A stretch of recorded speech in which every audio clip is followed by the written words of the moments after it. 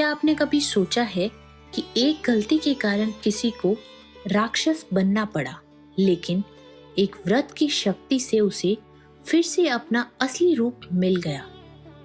कामदा एकादशी।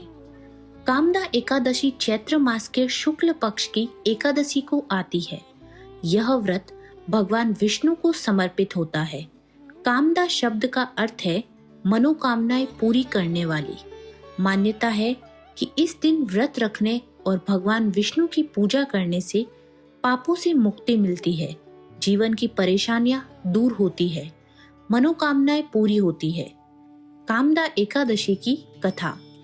बहुत समय पहले रतनपुर नाम का एक सुंदर नगर था। वहां पुंडरिक नाम के राजा का राज्य था।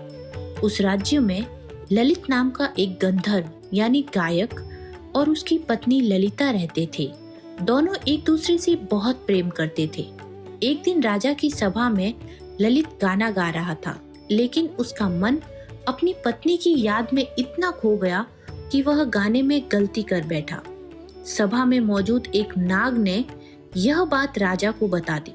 राजा क्रोधित हो गया और उसने ललित को राक्षस बनने का श्राप दे दिया।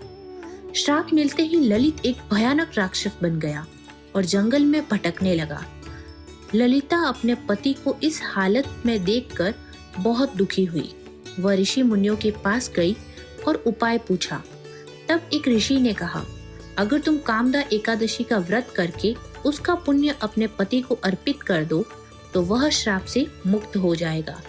ललिता ने पूरी श्रद्धा से कामदा एकादशी का व्रत रखा और भगवान विष्णु से प्रार्थना की। जैसे ही उसने व्रत का पुण्य अपने पति को अर्पित किया, वैसे ही ललित का राक्षस रूप समाप्त हो गया और वह फिर से अपनी गंधर्व रूप में आ गया। दोनों पति पत्नी खुशी खुशी अपने घर लौट आए।